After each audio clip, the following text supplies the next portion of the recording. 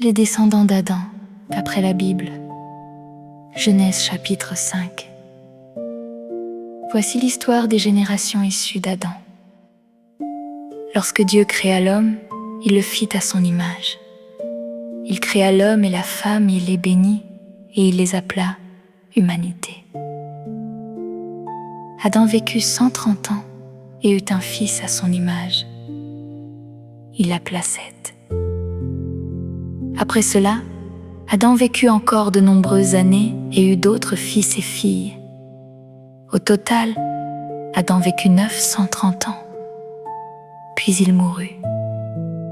Seth vécut 105 ans et eut un fils appelé Enoch. Il continua de vivre longtemps et eut d'autres enfants. Puis il mourut. Enoch eut un fils nommé Kénan. Kénan eut un fils nommé Mahalalel. Mahalalel eut un fils nommé Jéred. Jéred eut un fils nommé Enoch. Enoch vécut d'une manière différente des autres. Il marcha avec Dieu. Après avoir eu son fils Mathusalem, il continua de vivre en étant proche de Dieu.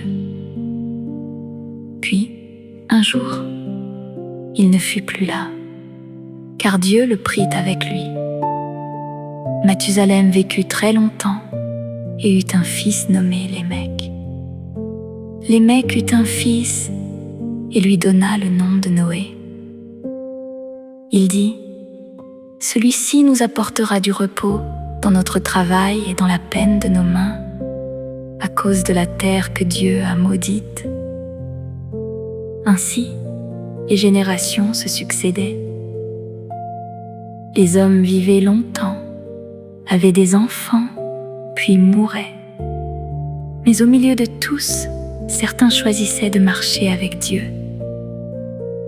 Et Dieu n'oubliait jamais ceux qui lui étaient fidèles. C'est ainsi que l'histoire continue, de génération en génération, préparant ce qui va venir.